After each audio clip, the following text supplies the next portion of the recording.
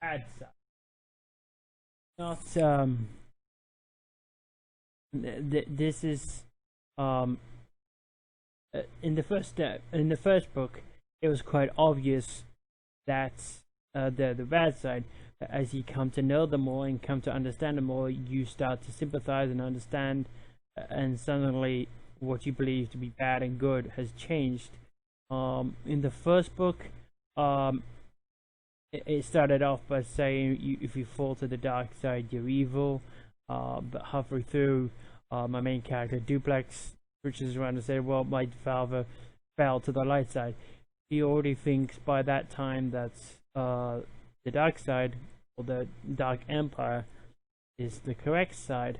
And to me, it's what someone would be if you've been brainwashed. Well, if you honestly believe you're doing the right thing, you would consider who you are to be good and the enemy to be bad, regardless of the outside perspective. And then the second book came on to the perception, like asking if good and bad, evil and good was right or wrong, or good or evil, if it actually exists, or if it's just a matter of perception. I read into a lot of that. I saw a lot of people would think that there's no such thing as right and wrong. It just depends on your own personal perception.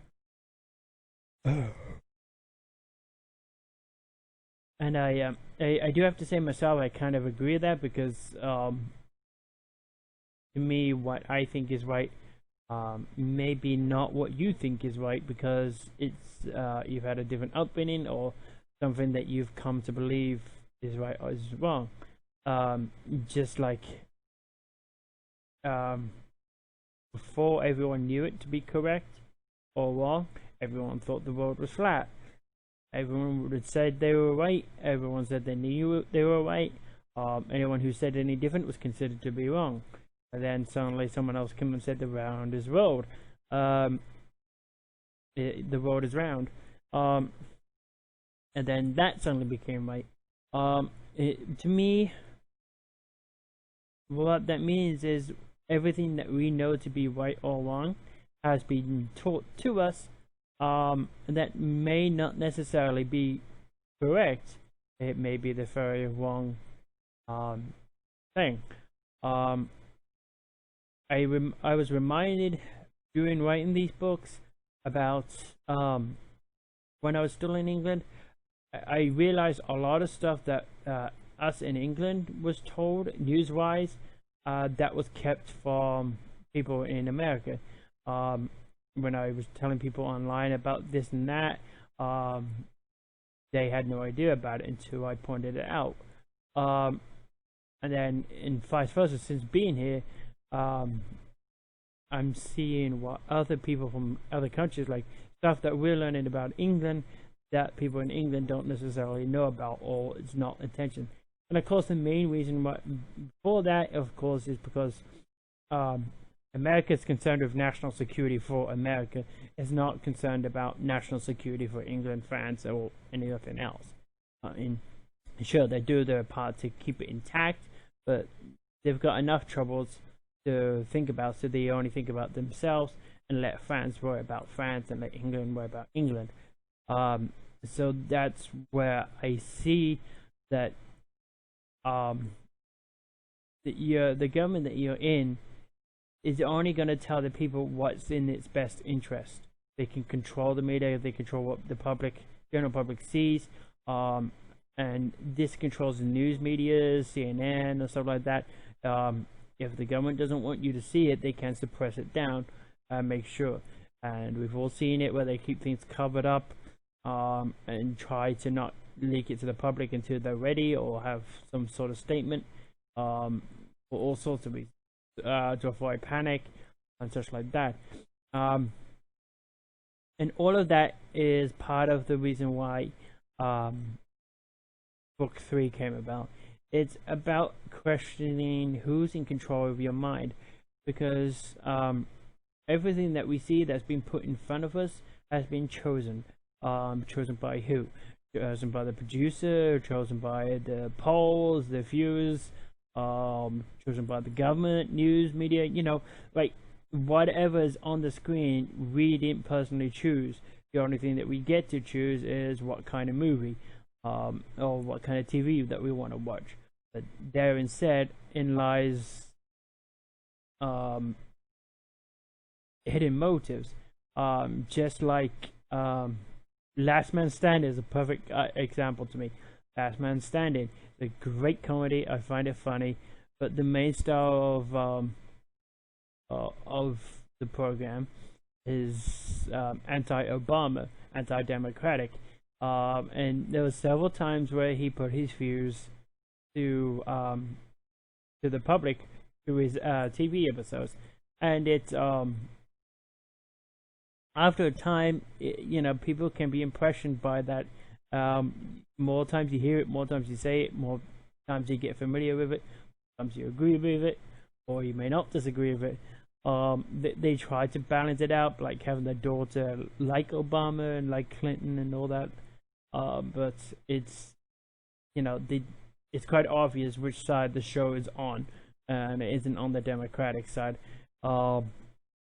Again, that is a clear example of just how powerful the media is. What they put just in its a normal sitcom or TV show can influence people, viewers. They have a lot of control, and so we have to ask ourselves who's in control of our minds. We gotta ask ourselves questions. We gotta keep asking questions. Don't take anything given to us on assumption. We've all seen the news media. We've all seen what North Korea is like. But we would be foolish to think that North Korea is the only country that does that to its own people. The only fact is that North Korea does it to a lot more degree than we exposed to. But then again, how would we know? Only people from the outside looking in on America would see how much information that we've not been told, but we ourselves would never realize that unless someone pointed it out. However, with North Korea, they've controlled basically all communications basically controlling the minds of their people. But the government will only tell you what's in their best interest, and they'll change or use whatever they can to manipulate their people to get them onto their side to do whatever they want. And the scenario is, of course, is war. The first casualty of war is truth. The governments will always lie because they don't know who is listening, who is a supporter, who is a friendly to the enemy, or there's a lot to think about to keep your own troops safe as well. But then you got to think about it on the flip side, is if something bad really happened, you think they're just going to say, oh yes, we made the mistake, or are they just going to use it to stir up propaganda, to stir up hate towards the enemy? And for this book, for the Liberation of Rriban, the third book, I was researching what the hospital ship in Sydney that was sunk. It was sunk by a Japanese submarine. It was claimed, I should say, that it was sunk by a Japanese submarine. It was a hospital ship. It was highlighted in all the standards and everything. It was signaled to Germany that the ship was, they registered to the enemy that the ship would be made into a hospital ship. So the Germany knew it, but Japan never ratified the Geneva Convention, so it never became into law. We cannot control or hold Japan to the standards of the Geneva Convention. You got to take into consideration from what we do know now is that people of Japan at the time were ferocious in their loyalty to their country. They believed they were in threat. They believed what their government told them at the time, that Japan's coming to wipe them out. I mean, America's coming to wipe them out off the face of the planet. It was either live or die, do or die. And we saw how far they were willing to go by how much the civilians were committing suicide rather than being surrendering to the Americans. They feared that the children would get eaten by the Americans, and all sorts of stories like that. And we would be foolish to think that the Japan didn't know about the internment camp. All of this is going around in the PR system for Japan, and all of this is in the mind of the captain of the submarine. He sees this ship. We don't know what happens, but he's going to believe that whatever the Americans do, they're out to get him. It's survive or die. So you got to take that into consideration.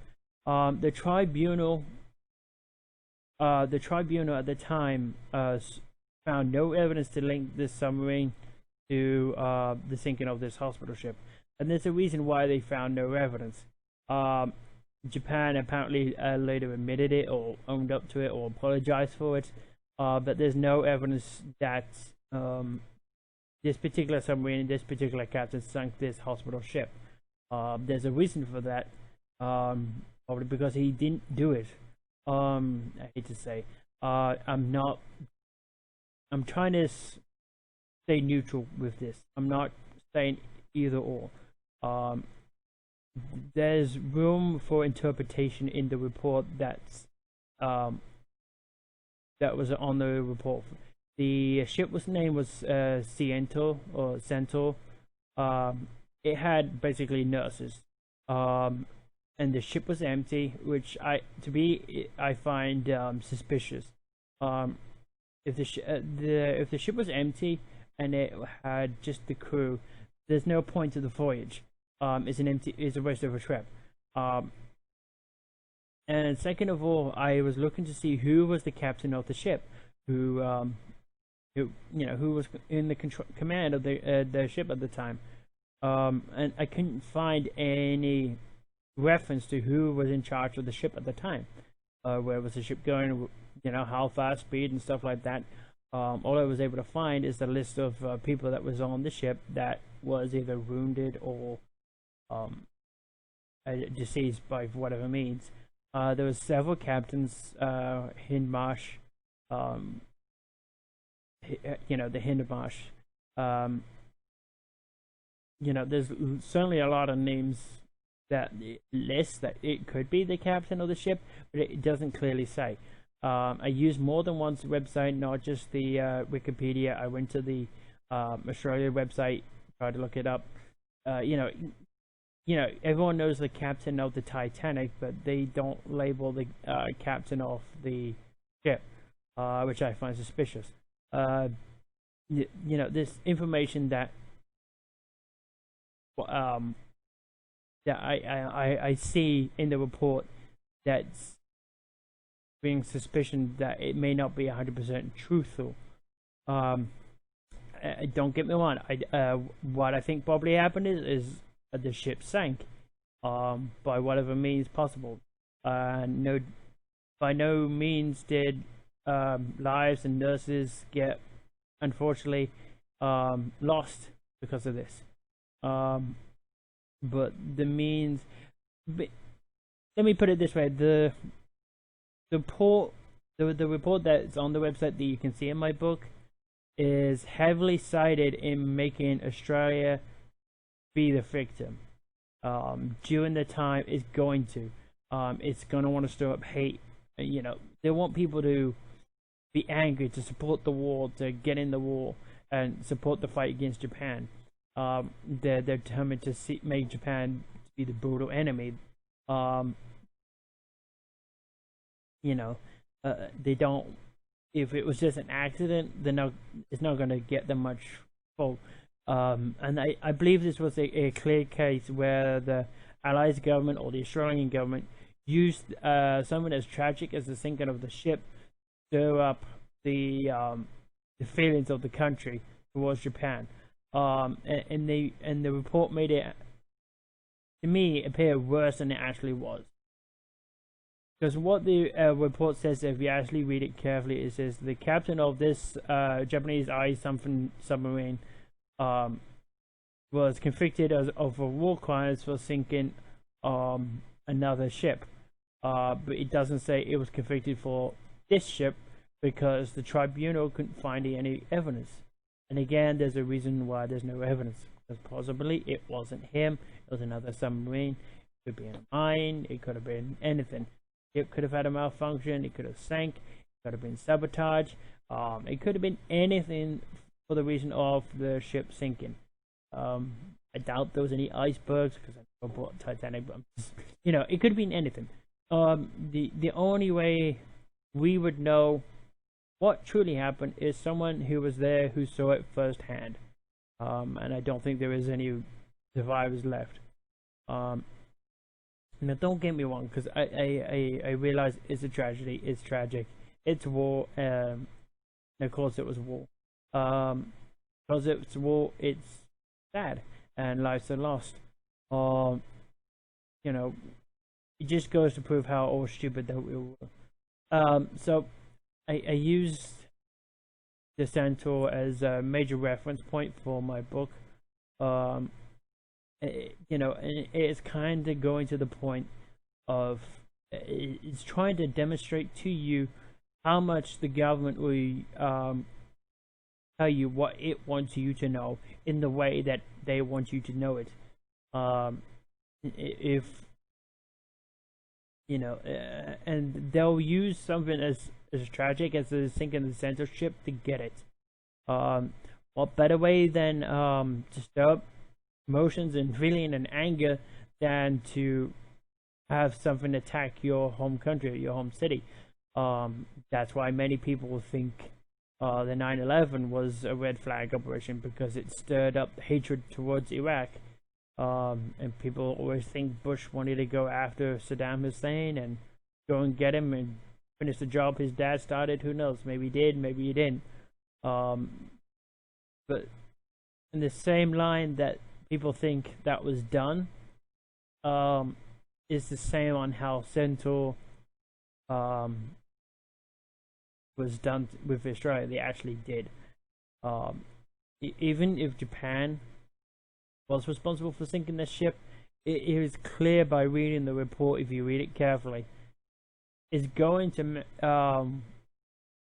the lengths to make it really play out that Australia was a victim. There was an innocent boat flying, sailing from one port to another, doing no harm at all,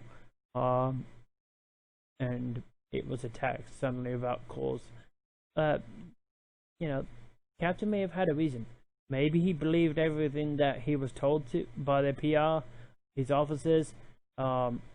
His wounded won't get. He knows his wounded. You know, people in Japan were wounded. They dispatched with them.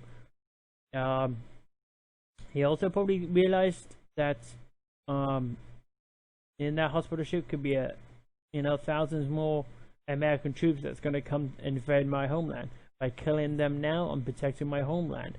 You know, forward thinking like that. And most people attacking a hospital ship is a crime because it's horrible. But it's against the Geneva Convention. But you can't hold them to that because they never made it into the law. Just because you think something's right doesn't mean they think it's right, and because of that, you cannot hold them to that law or that decision, even if you wanted them to, because it's not fair. They never, the ambassador signed it, but they never voted it into law. So I never recognized it. So that's the main point of the book, is trying to make you see and question who's controlling your mind, what's put in front of you. Because as what was said in the introduction, which makes me laugh even now, the same things that America and the Allies were made to believe about Germany, Italy, and Japan during World War II is the exact same things that we're being led to believe about North Korea. The ruthless dictator, putting people into camps, concentration camps, extermination camps, probably, hard labor camps, planning to blow up the world. Hitler had a nuclear program. He tried to, get the bomb, and now speaking, North Korea is doing it as well. It's exactly the same. You'd be a fool to think if history doesn't repeat itself, because it's doing it right now. Everything that's going on with North Korea, it's happened way before, even with ISIL, the terror attacks. There's just so much that you just have to pause and think. I mean, you can see how one side, like whoever's the victim, like all the countries around North Korea, when North Korea does anything, they're the quickest to spread condemnation or protest. South Korea, Japan, Russia, China, is because they're all in the vicinity of North Korea. If anything goes up, it's going to be their countries, they're involved. So that's why when anything happens, you hear in South Korea cry rape, while people in America in Pentagon say, hang on a minute, all they did was move equipment, we have better perspective here. And again, you got to realize it's because North Korea is right on their doorstep, so they're going to be a little bit more flustered and concerned. You're going to be more concerned about what your neighbor does, not what someone in the next city or town does. So, and you just got to realize the victim is always going to be the loudest, or the person who thinks they're going to become a victim is always going to scream louder. They're going to make it seem like the case is dire to plead their case, to build it up, sympathy, and again, that's why it's all of the governments. It's all mind games. If anyone likes playing chess, this is like what goes on in the chess mind.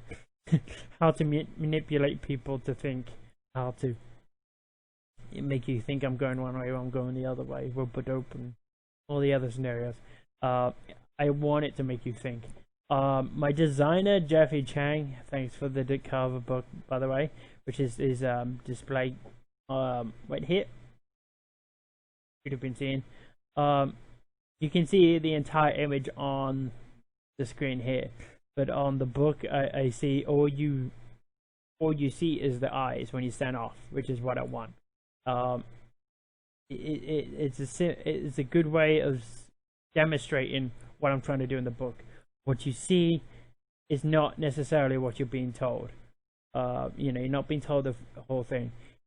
You only see the eyes off at a distance, but only when you come up close do you see the extra figures and everything around you. It's a clever design by Jeffrey Chang. And Madeline Bird, by the way, thank you very much for the editing.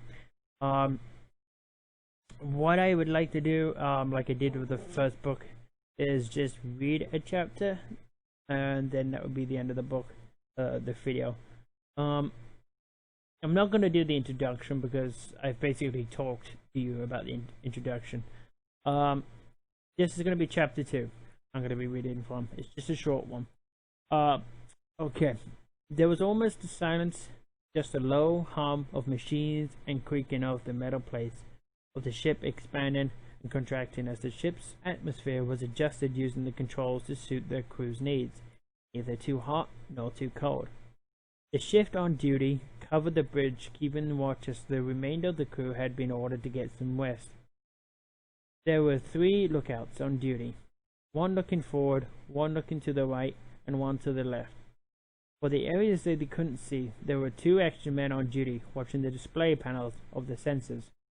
This was the Night Watch of the Dragonmire Dreadnought of the Dark Empire, accompanied by the Morgenreichs, which was guarding a small flotilla of smaller crafts with a couple of escort ships. The lookout to the right used his glasses to look at the Morgenreichs and saw the names displayed proudly under a spotlight. As funny as the term sounded, being this was space, and it was always dark like night. This was the small crew that guarded the ship during the night time, times when there was no activity and the majority of the crew was asleep. That was the standing order for night time, to get as much sleep as possible. The officer who picked the short straw to work this watch was fast asleep in his chair, a young dark ensign. The crew liked him enough, did not mind too much that he was younger than most of them, but they were still reluctant to salute him as an officer. The second lookout, looking ahead, took a deep breath in and blew out to steam up the window with his breath. Then he started to play tic-tac-toe with himself. He lost. "How is that even possible?" he said. He was in his early 30s, stood 6 feet tall, with short beard and shaved head, and was dressed in his traditional dark military uniform. "You are always too smart for your own good. You outsmarted even yourself." The lookout to the left laughed with the last lookout. They were twin boys, now in their mid-20s, native to Rriban. Having grown up on the planet, they were in their teens at the time of the attack. "What are we doing out here?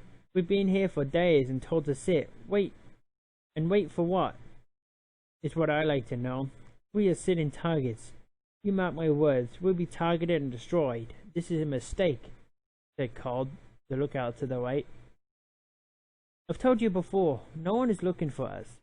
No one even knows we're here. No one will be out to kill us. If anyone comes here, it will be purely accidental." His brother, Cody, said. "That doesn't make sense either," remarked the lookout, looking forward. "Go on then, explain why, Waller." Cody turned, waving his hand as if to usher him forward, before returning to look out the window. "We've been positioned here with a small fleet.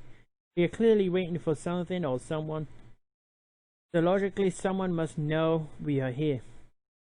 Why else would we be here just sitting for as long as we have? The ammo is excited, so you know whatever it is, it has to be big. I can't imagine anything getting the old man excited being as old as he is.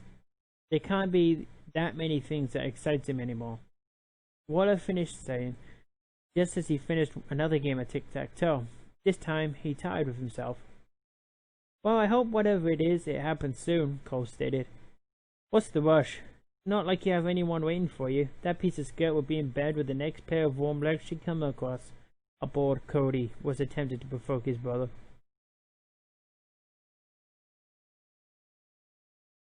"That isn't true," she said. "She would quit being a waitress at the tavern when I come back.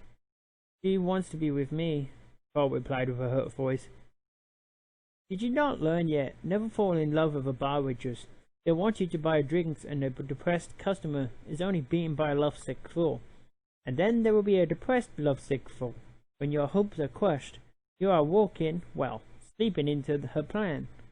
She wants money, and for you to keep buying drinks at the tavern," Waller said with a sad expression of pity on his face.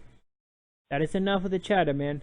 Stay focused. Scopes," the voice of the ensign, who they all thought was asleep, suddenly came from nowhere, and he was 19, but he had the face of a baby, which led to his nickname, Babyface. Despite his age, he had not been able to grow any hair or stubble on his chin. "What is the score, Waller?" "And Cody, leave your brother alone. Oh, if that's what she told you, then I wish for your sake it is true, and you are happy together. Don't start planning anything until you see her last pay stub."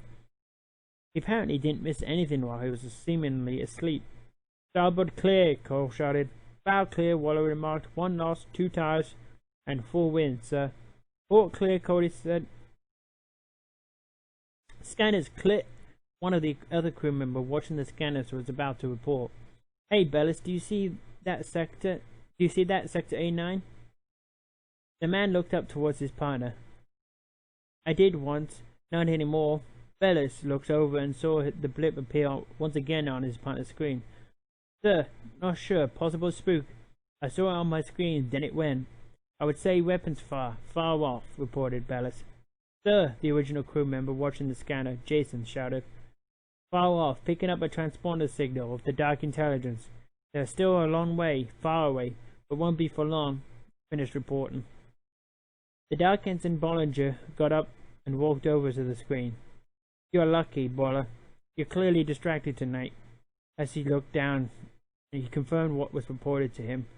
Sir, Cody started to say, should we not tell the old man? Don't worry, this will tell him. The ensign leaned over. He pressed a red circular button and sounded the alarm throughout the ship. And that is the end of chapter 2. Just a quick, short chapter. So, I hope that you enjoy it. I hope you want to read it more. He was distracted because if he was aware of what he was doing, every time you lose, you win. Every time you win, you lose because you're playing against yourself.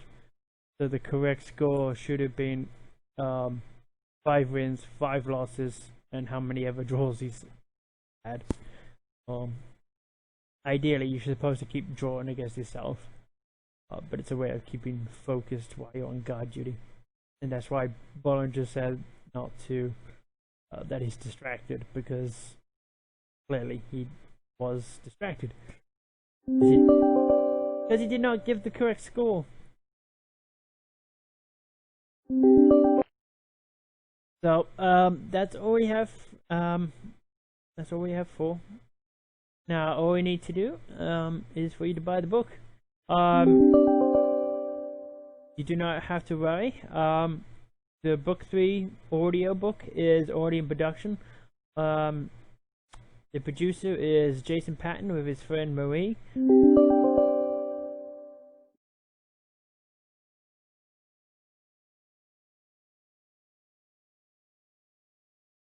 And speaking of which, is the good news because the first book, audiobook, is out. Jason did a good job. Did a great job on that, in fact. Oh, I keep getting alarms for some reason. So yeah, check it out. The book Liberation of Rriban is out on every major bookstore. Okay, I don't know why they keep coming up. But Amazon, Barnes and Nobles, yeah, check it out, buy it, read it, snooze it, Kindle, ebooks, you name it. A lot of work went into this one. Personally, I took my own time, and I appreciate the time that Jeffrey took on the cover and the his brilliant design for it, and also the editing done by Madeline. Yeah, this third book is it's a combination of teamwork, and to me, I find we've produced a really strong book, one that I hope many will come to like. Duplex is still in there. There's a lot of strong female characters. There's not just one. And the person on the book cover is not Duplex. It's actually her apprentice, Biache, who was Reader 6 in book 1. So yeah, I'm not going to tell you anything because for those who haven't read book 2, I don't want to spoil anything. This is book 3, by the way, so there is some things in book 3 that you're not gonna maybe understand if you've not read book 2. There's not many of those things, but there are a few things.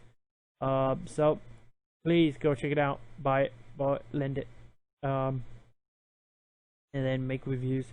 Alright, thank you, have a good day, and have fun.